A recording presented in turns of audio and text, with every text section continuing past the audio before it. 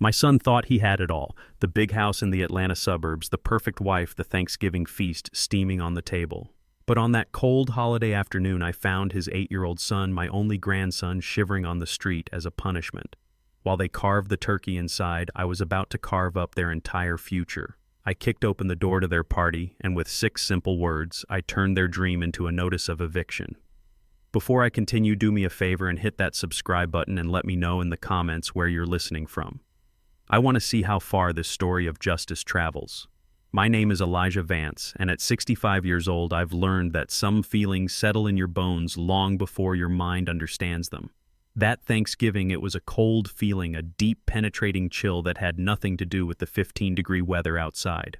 It started the moment I turned the key in the ignition of my old Ford pickup.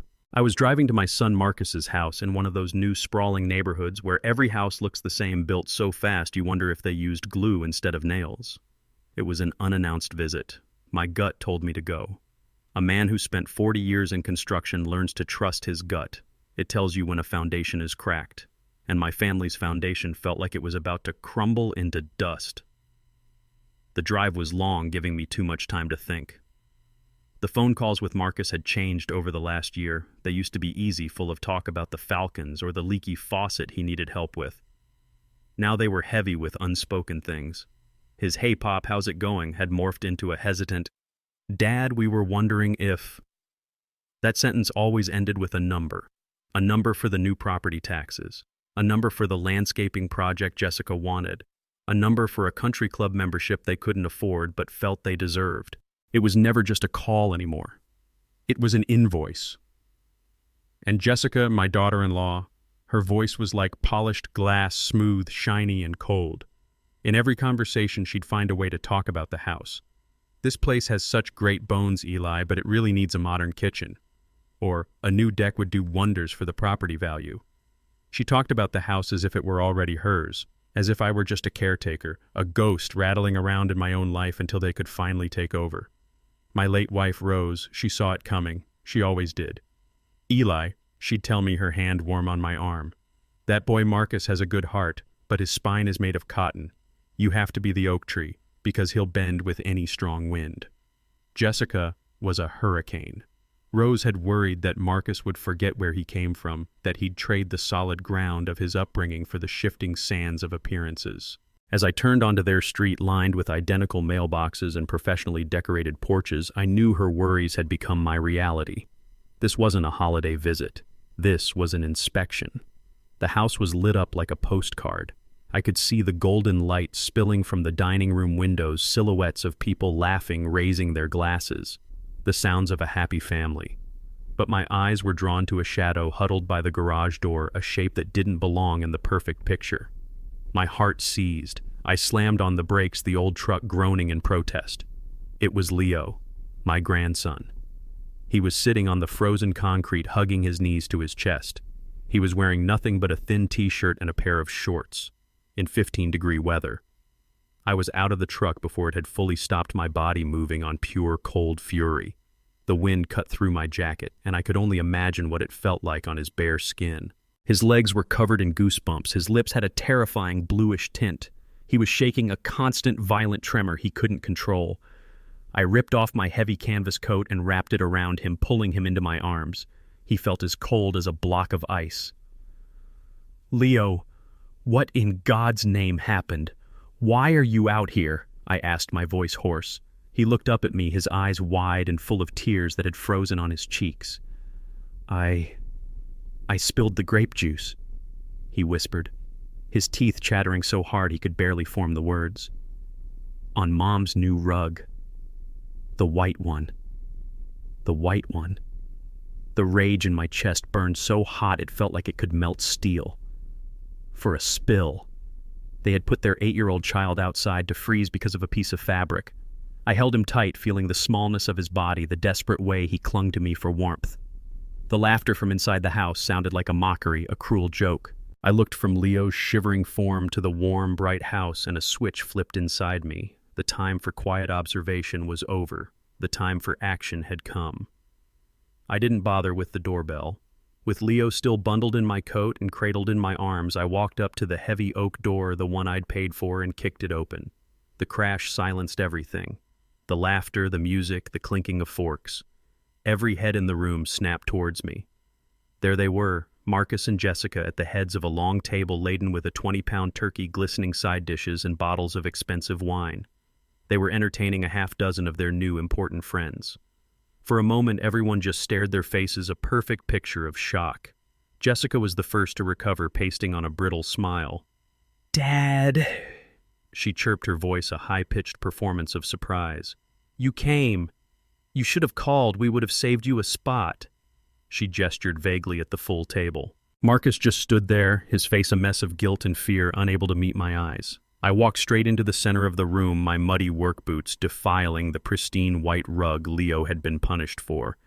I gently set my grandson down on a chair, making sure he was still wrapped securely in my coat. I turned to face my son and his wife. I let the silence stretch, letting them and their guests soak in the sight of the shivering child and the fury on my face. Finally, I looked directly at Marcus, then at Jessica, and I spoke. I didn't shout. I said the words slowly, calmly, with all the weight of the last 40 years behind them. "This is still my house." The air in the room turned to ice. The fake smiles on their friends' faces vanished, replaced by confused, uncomfortable glances. The color drained from Jessica's cheeks. Marcus looked like he had been struck by lightning. The party was over. The war had just begun. The silence that followed my words was heavier than any stone. It crushed the festive spirit of the room, turning the air thick and hard to breathe. The guests, who moments before had been laughing and sipping wine, now stared at their plates, at their hands, anywhere but at me or my son. The half-carved turkey sat on the table like a monument to a celebration that had died a sudden, violent death. One by one, with mumbled apologies and awkward goodbyes, their friends began to flee. They grabbed their coats and purses, escaping the house as if it were on fire. They didn't want to be witnesses to whatever was about to happen. Jessica tried to stop them, her voice tight with forced cheerfulness. "Oh, don't go, the pie is still coming." But no one listened. They just wanted out. Soon it was just the four of us left in the wreckage of their perfect Thanksgiving. The power in the room had shifted, and it was now a cold, heavy thing in my hands. I ignored Marcus and Jessica completely. My entire world narrowed to the small, shivering boy beside me. I knelt down and took his icy hands in mine. "Let's get you warm, champ," I said, my voice softer than I thought possible. I led him past the dining room table, past his parents, who stood like statues of shame, and into the gleaming, oversized kitchen. It was one of those kitchens you see in magazines, all stainless steel and white marble, a room designed for show, not for comfort. I sat Leo on a stool and ran the faucet until the water was warm, then gently placed his hands under the stream. He winced at first, the feeling of warmth a shock to his frozen skin. I found the softest dish towel and carefully dried his hands and face. All the while I could feel their eyes on my back. I didn't have to turn around to know they were there, hovering in the doorway, lost. I opened their $1,000,000 refrigerator full of gourmet cheeses and fancy condiments and found a carton of chicken broth. I poured it into a pot and set it on the stove. The quiet hiss of the gas flame was the only sound in the house. Jessica couldn't stand it. The silence was an accusation she had to fight. She walked into the kitchen, her heels clicking angrily on the imported tile. "Dad, you are being incredibly dramatic." She started, trying to make her voice sound reasonable, but it was thin and sharp. It was a punishment. Children need discipline. We were teaching him to be responsible. I didn't look at her. I just stirred the broth, the spoon making a slow, rhythmic clinking against the side of the pot. "Do you have any idea how much that rug cost?" She continued, her voice rising. "It was hand-woven. I had it shipped from Morocco. He has to learn that actions have consequences." I finally stopped stirring and looked at her. I didn't say a word. I just held her gaze. I let my eyes tell her everything. That I saw her, really saw her for the shallow, materialistic creature she was. That a rug meant more to her than her own child's well-being. Marcus drifted into the room behind her, a ghost in his own home. "Dad, come on," he pleaded weakly. "She's right. It was just to teach him a lesson. We were going to let him in." He couldn't even look at me when he said it. He looked at the floor, at the cabinets, anywhere else. My wife's words echoed in my mind, a spine made of cotton. Rose had been right. My son was a hollow man, a puppet whose strings were pulled by his wife's vanity. They weren't raising a son. They were curating an image. Leo was just an accessory that had misbehaved, a blemish on their perfect life. They hadn't been punishing him to teach him a lesson. They had been punishing him because he had inconvenienced them. I turned my back on them and poured the warm broth into a mug. I found a heavy wool blanket in a closet and wrapped it around Leo's shoulders. I sat with him on the living room sofa far from the cold kitchen and helped him hold the mug, his small hands still shaking too much to hold it on their own. He took a sip and a little bit of life seemed to return to his eyes. Marcus and Jessica were left standing alone in their showroom kitchen, their excuses hanging uselessly in the air. They had tried to explain their cruelty, and in doing so had only exposed the depths of their own emptiness. I knew then with a certainty that chilled me to the bone that this wasn't the first time.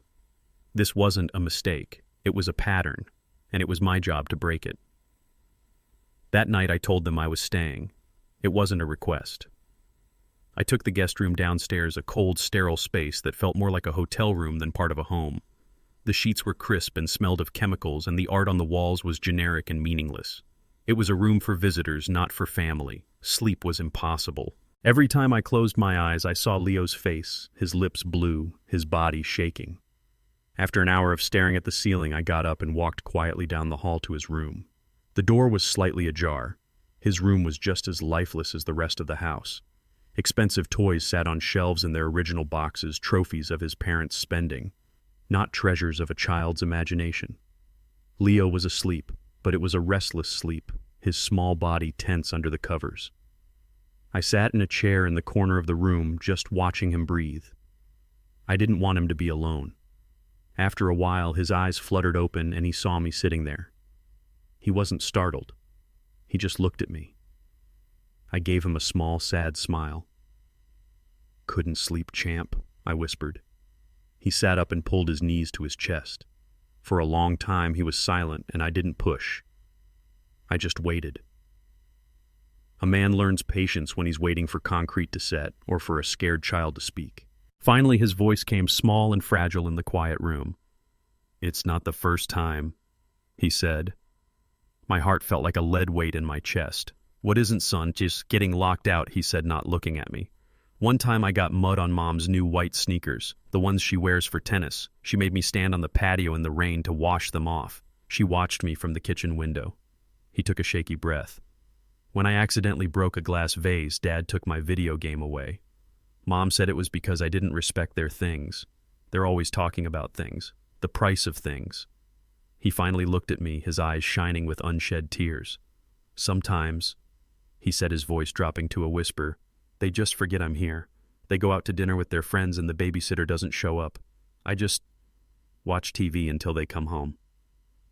Each word was a blow, a confirmation of the ugly truth I had seen festering just beneath the surface. My promise to Rose, the one I made at her bedside, came rushing back to me. "Protect them, Eli," she had said. "Protect our boy. And his boy." I had been watching from a distance, sending checks, thinking that was enough. I had been a fool. The anger from earlier had cooled, settling into something harder, something colder. It was resolve. I wasn't just going to save my grandson from the cold. I was going to save him from his parents. The next morning, the tension in the house was so thick you could have cut it with a knife. I came downstairs to find Marcus and Jessica in the kitchen, nursing cups of coffee like they were sacred relics. They looked like they hadn't slept. Good. They were expecting a confrontation, a lecture, a shouting match where they could twist my words and play the victims. I wasn't going to give them the satisfaction. I walked to the coffee maker, poured myself a cup, and took a slow sip, letting the silence hang. Then I turned to them. "I'm taking Leo back to my place for a few days," I said. My voice was calm, level.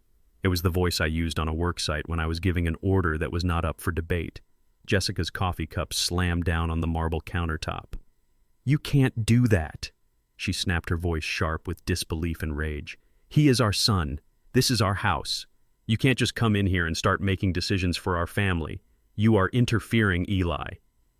She used my first name, a clear sign of disrespect, a line she had never crossed before. Marcus, as usual, tried to play the peacemaker to smooth over the cracks his wife was creating. "Dad, let's just talk about this," he said, his hands raised in a useless gesture of surrender. "Don't be like this. We were just upset yesterday. We can work it out." I looked at my son, at the weakness in his eyes, at the way he flinched under his wife's glare, and I felt a wave of pity and disgust. "There is nothing to talk about," I said, my voice cutting through their protests. "I am not asking for your permission. I am informing you of my decision." Without another word, I turned and walked upstairs. I could hear Jessica's frantic whispering behind me, but I didn't care what she was saying. I went to Leo's room and packed a small bag for him with a calm, deliberate efficiency that I knew was driving them insane. Leo was quiet, his eyes wide as he watched me, but he didn't protest. He simply took my hand when I was done. I walked him down the stairs right past his parents, who stood frozen in the foyer. Jessica opened her mouth to say something, but the look in my eyes must have stopped her. It was a look that promised consequences. I led Leo out the front door, the one I had kicked open less than 24 hours before, and didn't look back. As we settled into my truck and I pulled away from the curb, I saw them standing in the doorway. Two stunned figures in their perfect house, having lost complete control of the situation. They expected a family argument. They got a tactical extraction. Once we were on the highway with the sterile suburban landscape shrinking in the rearview mirror, I picked up my phone. Leo was quiet in the seat beside me, just watching the world go by. I dialed a number I knew by heart. A voice answered, professional and sharp. "Law offices of Imani Perry." I took a deep breath. "Imani," I said, my voice steady. "It's Elijah Vance. We need to talk. It's time to open the Rose file." The next morning, the house was submerged in a silence so deep it felt like being underwater. The air was heavy, thick with unspoken accusations and resentment. I came downstairs to find Marcus and Jessica already in the kitchen, moving around each other like two hostile strangers who had been forced to share a small space. They were clutching coffee cups as if they were life rafts, their eyes tired and puffy. They looked like they had spent the night arguing, and from the sour look on both their faces, neither of them had won. I ignored them. My focus was on Leo. I found him already awake, sitting on the living room floor, quietly playing with a set of building blocks. I went into the kitchen and made him breakfast. Not the sugary cereal I saw in their pantry, but oatmeal the way my Rose used to make it, with a little milk and brown sugar. It was a simple, solid meal, an act of care, a silent judgment. Marcus and Jessica watched my every move. They were waiting for the explosion, for the lecture, for the fight they had been rehearsing in their heads all night. I gave them nothing but the quiet sounds of a grandfather making breakfast. I brought the bowl to Leo and sat with him while he ate. When he was finished, I took the empty bowl back to the kitchen, rinsed it, and placed it in the sink. I poured myself the last of the coffee, letting the silence stretch until it was pulled as taut as a wire. Finally, I turned to face them. I looked at the clock on the wall. 8:15. It was time. "I'm taking Leo back to my place for a few days," I said. My voice was as calm and flat as a frozen lake. It was a statement of fact, not a topic for discussion. Jessica's cup hit the marble countertop with a sharp crack. "Excuse me?" she said, her voice a low, dangerous hiss. "What did you just say?" "You heard me?" I replied, holding her gaze. Her face flushed with a sudden blotchy red. "You have no right," she spat, standing up so fast her chair scraped loudly against the floor. "He is my son. This is my home. You don't get to just walk in here and dictate what happens in our lives. This is a private family matter, and you are interfering." Her voice grew louder with each word, the carefully constructed mask of the perfect suburban wife crumbling to reveal the snarling entitlement underneath. "You are trying to undermine me as a mother. You think you know better. After one day." My internal monologue was cold and clear. I saw that her outrage had nothing to do with motherhood or what was best for Leo. It was about power. I had challenged her authority in her own castle, and she couldn't stand it. I was a stain on her perfect picture, and she was desperate to scrub me out. Marcus jumped up, placing himself physically between us, his hands raised in a gesture of surrender. Okay, everybody, just calm down," he said, his voice pleading. "Dad, we know we were wrong yesterday. We admit it. It was a mistake, but this is too much. You can't just take him." I looked at my son, at this man who was so terrified of conflict he would rather live in a gilded cage than stand up for his own child. Rose's words echoed in my head, a sad prophecy fulfilled. "Jessica, honey," he said, turning to his wife. "He's just worried. Let's all just talk this out like adults." She shot him a look of pure venom. There's nothing to talk about, Marcus. Your father is trying to kidnap our son. Her accusation was so absurd, so theatrical, that I almost laughed. Instead, I took a slow sip of my coffee. I let their panic and chaos wash over me, but it didn't touch me. I was the eye of the storm. I placed my cup deliberately in the sink. I looked past my frantic son, past my furious daughter-in-law, and I delivered the final verdict. I am not asking for your permission, I said, my voice cutting through their noise like a shard of glass. I am informing you of my decision. And with that, I turned my back on them and walked out of the kitchen. The move was a dismissal, a clear statement that their arguments were irrelevant. I walked up the stairs, my steps heavy and even on the plush carpet. Each step was a measured beat in the new rhythm of our lives. I went into Leo's room and found a small duffel bag in his closet. I packed it with a calm efficiency that I knew was more infuriating to them than any shout could ever be. A few pairs of jeans, some sweaters, his toothbrush, the book I saw on his nightstand. Simple things, necessary things. Leo stood in the doorway watching me. He didn't say a word. When I was done, I zipped the bag and held out my hand. He took it without hesitation. That simple act of trust was all the confirmation I needed. We walked down the stairs together. They were waiting in the foyer, two cornered animals, their faces a mixture of fury and helplessness. Jessica's hands were clenched into fists at her sides. Marcus just looked defeated. I didn't say goodbye. I simply walked toward the door, holding my grandson's hand. I led him out into the cold morning air, into the safety of my old truck. As I pulled away from the curb, I saw them in the rearview mirror, two small figures standing in the doorway of a big empty house. They had expected a shouting match they could manipulate. They got a quiet resolution they were powerless to stop. Once we were on the highway, a comfortable silence settled between us. I glanced over at Leo. The fear and tension had begun to melt from his small face, replaced by a quiet sense of relief. That was all that mattered. I picked up my phone and dialed a number I knew by heart. It rang twice. Law offices of Imani Perry. A crisp, professional voice answered. I took a deep breath, my knuckles white on the steering wheel. Imani, I said, my voice steady and hard as iron. It's Elijah Vance. Something has happened. No, everyone is physically safe for now. But I need to see you. Today, if you can, it's time. It's time to open the Rose file. Imani Perry's law office was on the top floor of a glass and steel building in downtown Atlanta. It was another world, a world of quiet confidence and expensive leather. The air smelled of old books and fresh coffee. When we walked in, the receptionist smiled warmly. Mr. Vance, it's good to see you. And who is this handsome young man? She asked, looking at Leo. I introduced him, and she produced a coloring book and a cup of crayons from behind her desk, as if she had been expecting him. It was a small gesture, but it meant the world. It told me this was a place of care, not just contracts. A moment later, Imani emerged from her office. She was a woman who commanded respect without ever having to raise her voice. She was tall, dressed in a sharp, dark suit, her hair styled in elegant locks. But her eyes were warm and intelligent. She shook my hand firmly. Eli, it's been too long, she said, her voice a smooth, calm alto. Then she knelt down to Leo's level. And you must be Leo. It's a pleasure to meet you. You have your grandmother's eyes. She said it so simply, so matter-of-factly, that it didn't feel like a line. It felt like the truth. She led us into her office. It was a corner room with a panoramic view of the city, but my attention was drawn to the wall of mahogany bookshelves filled with thick leather-bound legal volumes.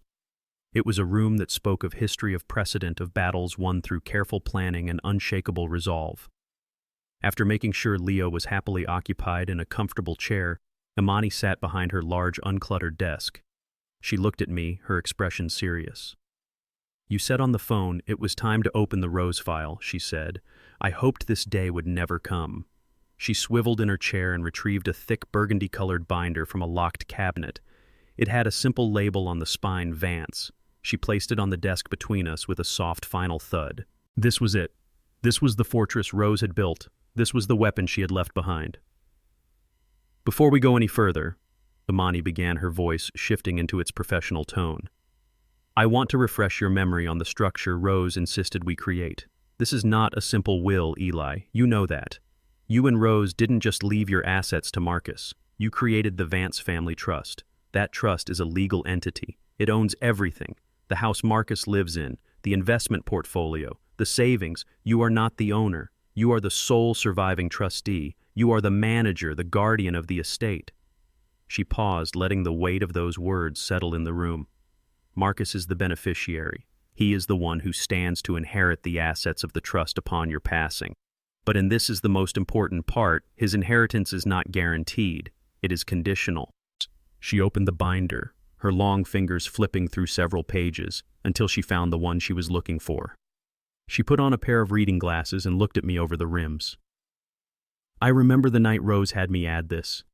We were here until almost midnight hammering out the exact wording. She wouldn't leave until it was perfect. My own mind drifted back to that time. I remembered arguing with Rose about it in our kitchen. It's too harsh, honey, I had said. It's like we don't trust our own son. It's like we're ruling from beyond the grave. Rose had put down her dish towel and looked at me with that gaze of hers that could see right through to your soul.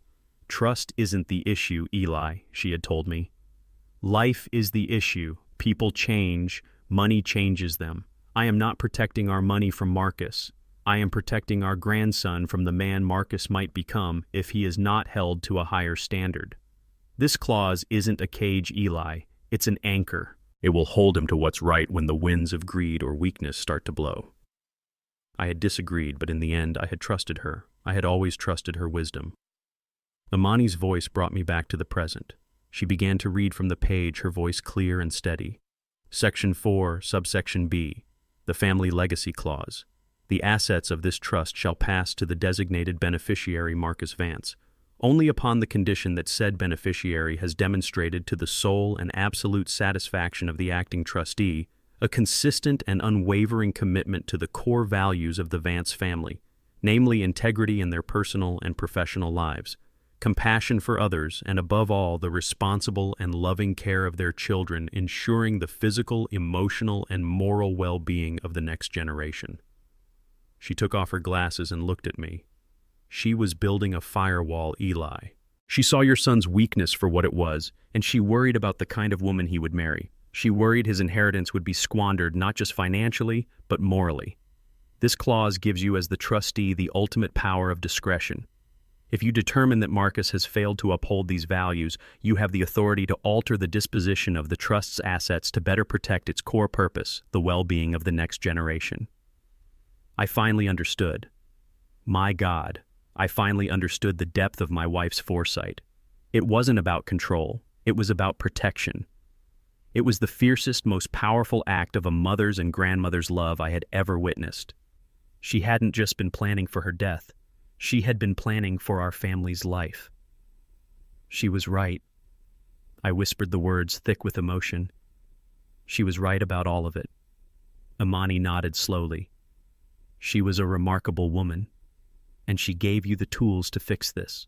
But we have to be smart, Eli. Your authority as trustee is powerful, but Jessica and Marcus will fight it. They will hire lawyers who will claim you are acting out of malice or emotional distress. We cannot let that happen. Your decision to enforce this clause cannot be an emotional one. It must be a documented, legally sound case built on a foundation of indisputable facts. We must prove beyond any reasonable doubt that there has been a clear and sustained breach of the trust's conditions. She slid a legal pad and a pen across the desk to me. So tell me everything, she said, her voice now a perfect blend of compassion and steel. Start from the beginning, and don't leave out a single detail. I spent the next 2 days in a state of quiet purpose. My small house, the one I had shared with Rose for 40 years, felt like a sanctuary. It was the complete opposite of Marcus's sterile mansion. Here the wood floors creaked with history, the air smelled of old books and lemon oil, and every photograph on the wall told a story. Pictures of Rose, of a young Marcus, laughing on a tire swing, of Leo as a baby. It was a house built from love, not just lumber and drywall. Leo seemed to feel it too. The tense, haunted look in his eyes began to fade. We spent our time in my workshop sanding down a piece of pine for a small bookshelf he wanted to build.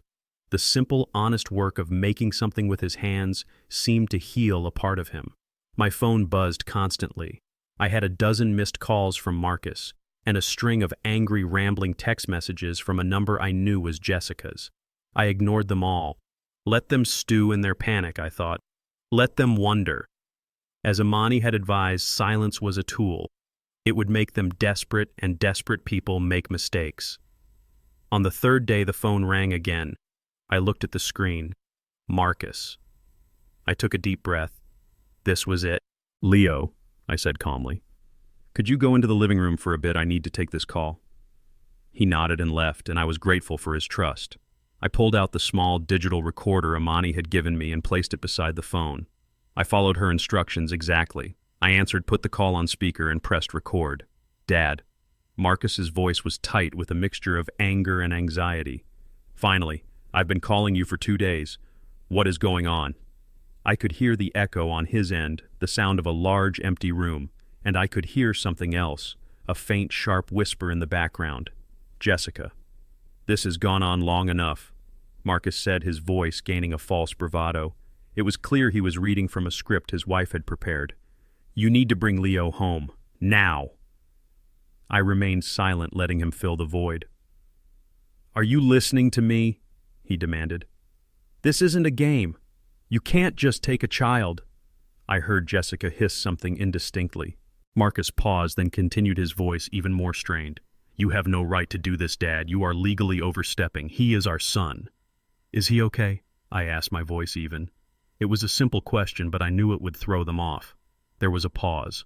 The question of their son's well-being was clearly not on their agenda. "Of course he's okay," Marcus stammered. "That's not the point." In the background, Jessica's whisper became clearer. "The house, Marcus. Tell him about the house." A cold sadness washed over me as I listened. My son was so weak, so utterly lost, that he couldn't even have a difficult conversation on his own. He was a mouthpiece, a puppet. "Dad," Marcus said, his voice taking on a whiny, lecturing tone that I knew came directly from Jessica. "You need to think about what you're doing. To all of us. This house is our main asset. It's our equity. We have plans. We have a financial strategy built around it. All this drama you're creating, it's jeopardizing our entire future." There it was. The fatal mistake. The confession I had been waiting for. It wasn't about Leo. It wasn't about family or a child's safety. It was about equity, assets, a financial strategy. They saw the house, my house, as a pile of money they were entitled to. They saw their son's suffering as an inconvenient risk to their investment. He had not once asked what Leo was doing, if he was happy, if he missed them. He had only talked about money. I felt a profound sense of mourning for the boy I had raised, the boy who had gotten lost somewhere on the road to this cold, empty life.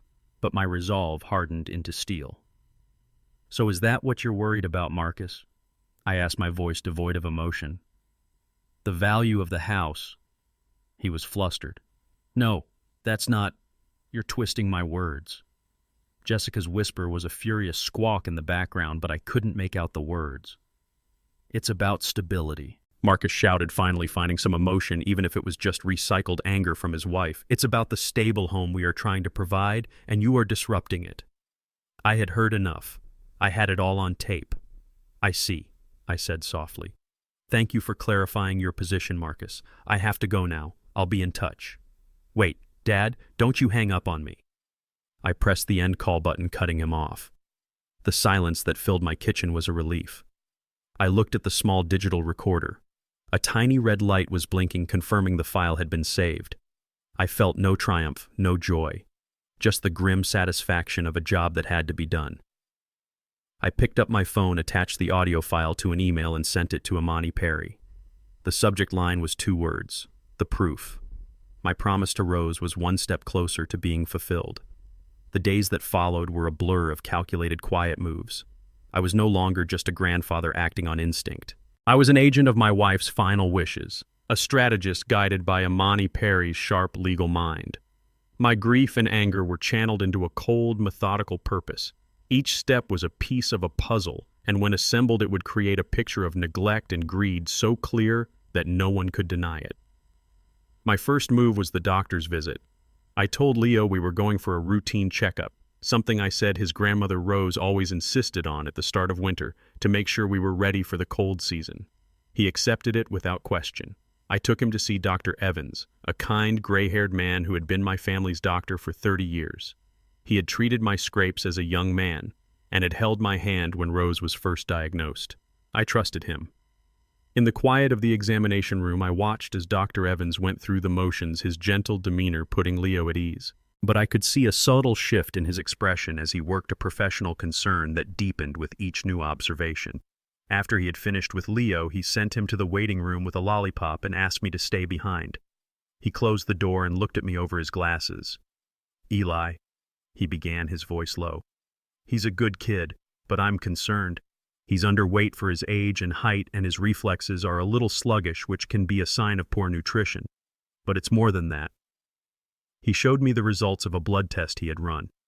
"His cortisol levels are abnormally high for a boy his age," he explained. "Cortisol is the body's primary stress hormone. Levels like this are usually found in children experiencing significant prolonged anxiety or emotional distress." "Has anything been going on at home?" I told him a sanitized version of the story, and his face hardened. He wrote his findings down on a sheet of paper, a detailed clinical account of a child living under a cloud of stress. He stamped it, signed it, and handed it to me. "Whatever you're doing, Eli," he said, meeting my eyes, "you're doing the right thing." I left with a piece of paper that felt as heavy as a stone tablet. It was the first piece of proof. My next move was to Marcus's neighborhood. I went alone, parking down the street and walking to the house next door. An older woman, Mrs. Gable, was tending to her winter roses. I had met her a few times at neighborhood cookouts back when things were better. I started by asking about her flowers, and for a few minutes we just talked like old neighbors. Then I gently guided the conversation. "I've had Leo with me for a few days," I said, trying to sound casual. "Just giving Marcus and Jessica a little break. The boy has a lot of energy." Mrs. Gable stopped snipping a dead rosebud and looked at me, her eyes full of a sad, knowing look. "He's a sweet boy," she said quietly. "A very quiet boy. I see him in the yard all the time, by himself." She hesitated, then seemed to make a decision. "You know, I almost called someone a few weeks ago," she confessed, her voice dropping. "It was getting dark and so cold, and he was just sitting on the back steps in a sweatshirt. For hours. I kept watching from my kitchen window, waiting for them to call him in, but they never did. I felt so awful, but, you know, you don't want to get involved in other people's business." Her words were another piece of the puzzle, a third-party account that painted the same bleak picture. I thanked her for her time and walked back to my truck, her testimony a cold, hard knot in my stomach. The final move was Amani's. A few days later she called me. "I have them, Eli," she said, and I could hear the grim satisfaction in her voice. "I have the bank and credit card statements." She had used her legal authority as the trust's counsel to subpoena their financial records for the past 2 years. What she described over the phone was a tidal wave of reckless, selfish spending. "They're living on your money, Eli, completely," she said. "Marcus's salary covers the mortgage and maybe the electric bill. The rest is all you. $25,000 for a country club membership they barely use. A $70,000 Lexus for Jessica. Monthly shopping sprees at high-end department stores, $5,000 or $6,000 at a time. 2 vacations to the Caribbean last year alone, first class. They were hemorrhaging your money to keep up an image." I sat at my kitchen table, the phone pressed hard against my ear, and listened to the story of my son's betrayal told in dollars and cents. It was a story of vanity and greed, a desperate attempt to buy a lifestyle they hadn't earned. Late that night, I sat at that same table and laid everything out before me. The clinical damning medical report from Dr. Evans, my handwritten notes from the conversation with Mrs. Gable, and the list of extravagant expenses Amani had emailed me, a long, ugly receipt for their failure as parents and as people. The silent moves were complete. The foundation of their lies was now exposed, and I had the proof to bring the whole rotten structure crashing down. I felt no joy, only the heavy, solemn weight of a promise that was about to be kept. For a week, I let the silence do the work. I didn't call them, and they didn't call me. I imagined them on the other end of that silence, their initial anger curdling into confusion and then into a gnawing fear. Their main source of funding had been cut off, and their future, which they had assumed was a straight paved road, had disappeared into a fog of uncertainty. I dedicated myself entirely to Leo. We established a routine. We woke up early, had a breakfast, and I would help him with the schoolwork his teacher had sent over. In the afternoons, we worked in my shop or went to the park. I was showing him what a life of simple, quiet stability felt like. A life where his presence was a joy, not an inconvenience. I was building a new foundation for him, one of honesty and unconditional love. The call from Amani came the following Monday morning. "The letter has been delivered," she said, her voice crisp and professional. "Signed and received this morning." The letter itself was a masterpiece of neutral corporate language. It didn't threaten or accuse. It simply invited Marcus and Jessica Vance to a mandatory family meeting to discuss the future administration and long-term planning of the Vance Family Trust. It was the perfect bait and official-sounding invitation that spoke their language of assets and estates. I asked Amani if they had responded. I heard the hint of a dry smile in her voice when she answered. "Oh yes, they responded within the hour. Jessica called me herself." I could picture it perfectly. Jessica seeing the official letterhead from a prestigious law firm, her panic instantly transforming into smug triumph.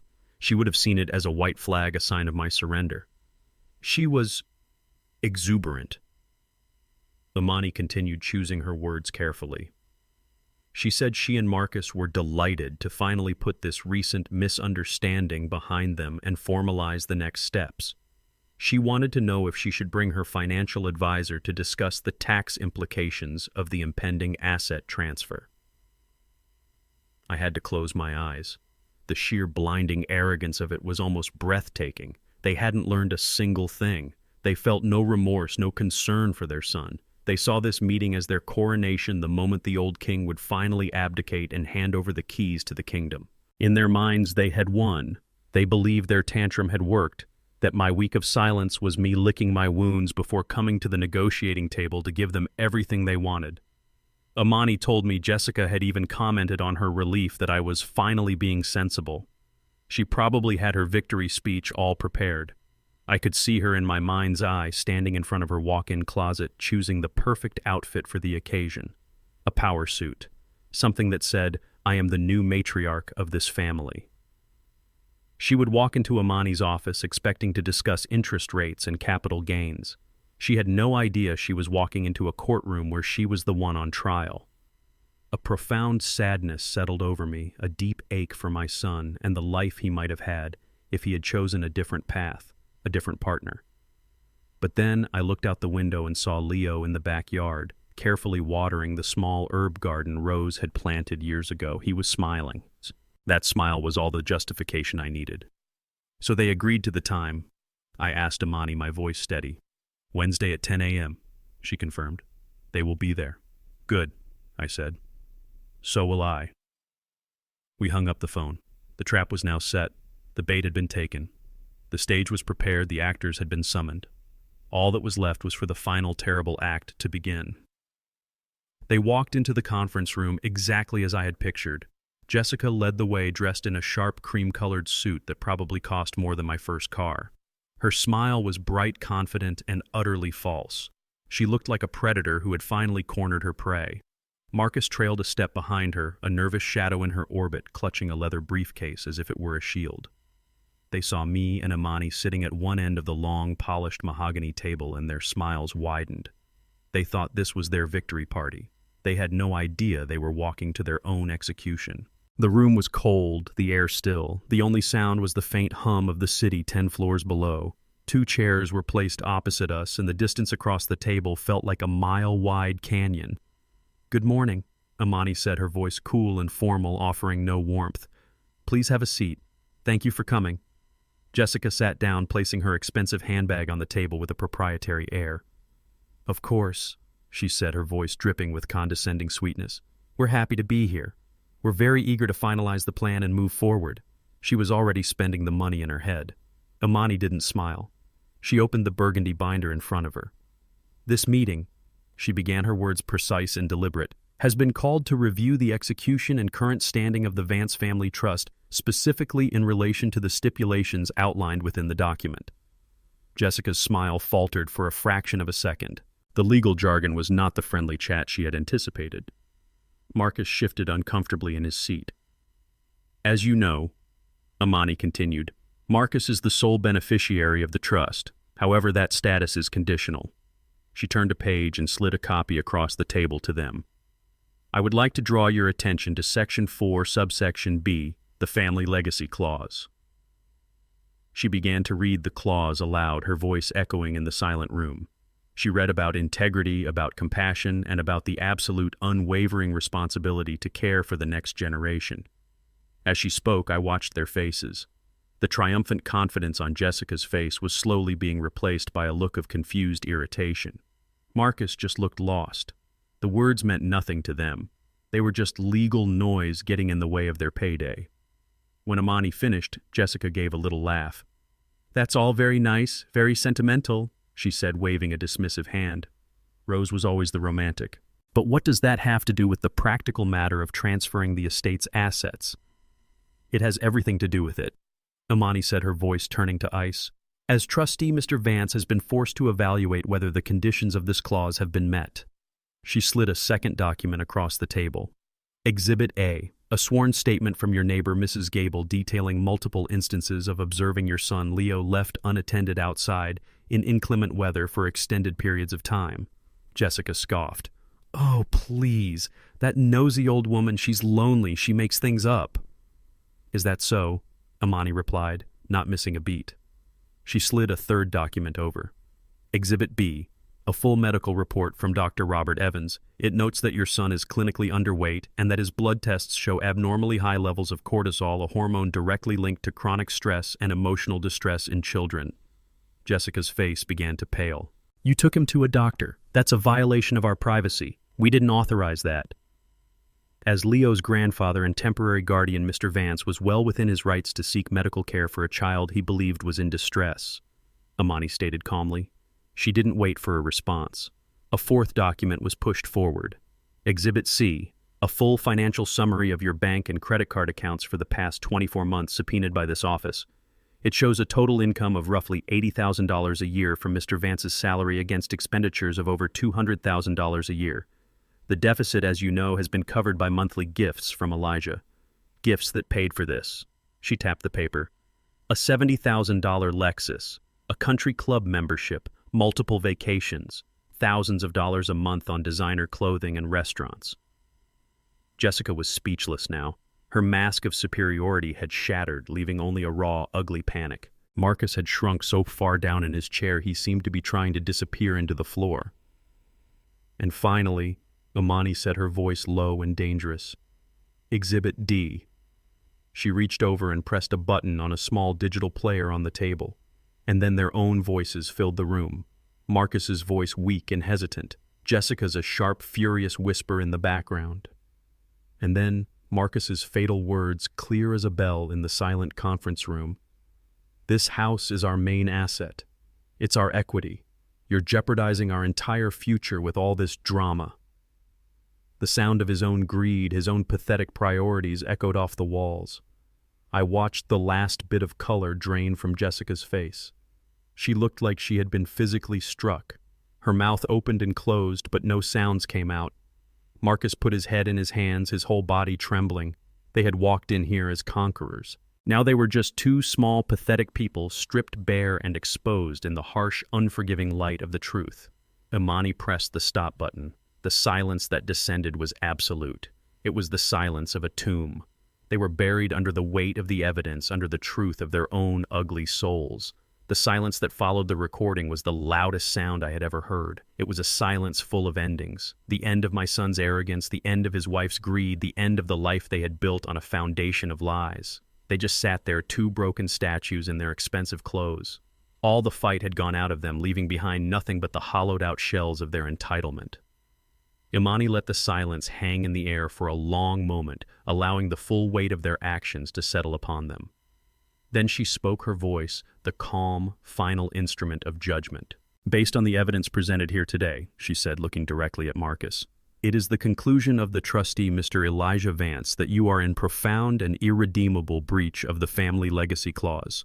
She paused, letting the legal finality of her words sink in. "Therefore," she continued, her voice leaving no room for appeal, "I am officially informing you that your status as beneficiary of the Vance Family Trust is hereby suspended, indefinitely." Jessica made a small choked sound, but she didn't have the strength to form words. Marcus didn't even flinch. He was already gone. Furthermore, Amani said, delivering the final devastating blow, as per the instructions of the trust, all assets contained within it, including the property at 123 Maple Street, will be immediately liquidated and transferred into a new protected trust. She paused one last time, holding their empty gazes. The sole beneficiary of this new trust will be Leo Vance. Mr. Elijah Vance will act as trustee and manage the funds for Leo's education and well-being until he reaches the age of 25. It was clear from their blank, shattered expressions that the words were not fully registering. They understood they had lost, but they couldn't comprehend the elegant, perfect justice of the mechanism. For the first time in that long, painful meeting, I spoke. I looked at my son not with anger, but with a grim sense of duty. "Let me make it plain for you," I said, my voice steady and hard as stone. "You have 30 days to vacate the property. The house will be sold. The proceeds will fund Leo's future." I leaned forward slightly, making sure they understood the finality of my next words. "You will not receive a single dime." That was it. The final shock. The last thread of hope they might have been clinging to was severed. This wasn't a negotiation. It was an eviction. This wasn't an act of revenge. It was an act of restoration. It was the law of consequence, a lesson they had tried so desperately to teach their son, now visited upon them in its purest form. It was the promise I made to my wife fulfilled. 6 months have passed since that day in the conference room. The silence that followed our exit was the beginning of a new, quieter life. The big cold house on Maple Street is gone, sold to a new family I hope will fill it with more warmth than the last. The money, every last dime, is now the foundation of the Leo Vance Trust, a fortress of security that will protect my grandson's future long after I'm gone. I hear Marcus and Jessica moved out of state, somewhere out west. I don't know what they're doing, and I find I don't spend much time thinking about it. My anger has faded, leaving behind only a quiet, lingering sorrow for what could have been. I hope for their own sakes that they find their way. My way is here in this small, sunlit apartment that overlooks a park. It's not a big place, but it's a happy one. The air is filled with the smell of my cooking and the sound of Leo's laughter, a sound I hear more and more each day. The haunted, anxious look in his eyes has been replaced by the bright, curious spark of a boy who feels safe. He is healthy. He is thriving. He is finally free to just be a child. Right now he's sitting at the kitchen table, chewing on the end of his pencil as he puzzles over a math problem. He looks up at me, a frustrated little frown on his face. I walk over and sit beside him, pointing to a number on the page. "You're trying to do it all in your head," I tell him gently. "Try writing it down one step at a time. That's how you build anything, champ. One solid piece at a time." He nods, starts writing, and a moment later his face lights up. "I got it," he says, his smile so bright it could power the whole city. He got it, and in that moment, I know we're going to be okay. My wife Rose always used to say that it's easy to build a house, but it takes a lifetime to build a home. For a long time I thought I had failed. I failed to teach my own son that lesson, and our family cracked under the weight of his weakness and his wife's greed. But now, looking at my grandson, I realize I haven't failed. I've just been given a second chance. This wasn't the end of our family. It was the beginning of a true legacy. A legacy not measured in property value or bank accounts, but in quiet moments like this. In love, in dignity, and in the simple, unbreakable promise of a grandfather to his grandson. And that's a promise I'll keep for the rest of my days. This story is a powerful reminder that a true family legacy isn't measured in dollars, but in dignity. It teaches us that the duty to protect a child from neglect outweighs any obligation to maintain a false peace with those who cause harm. True strength lies not in loud confrontation, but in quiet, decisive action, rooted in love and foresight. It shows that sometimes the most profound act of love is to dismantle a house built on greed in order to build a true home founded on safety, integrity, and the unwavering promise to put the next generation first. Have you ever had to make a difficult choice to protect a loved one? Share your story in the comments below, and please subscribe for more tales of justice restored.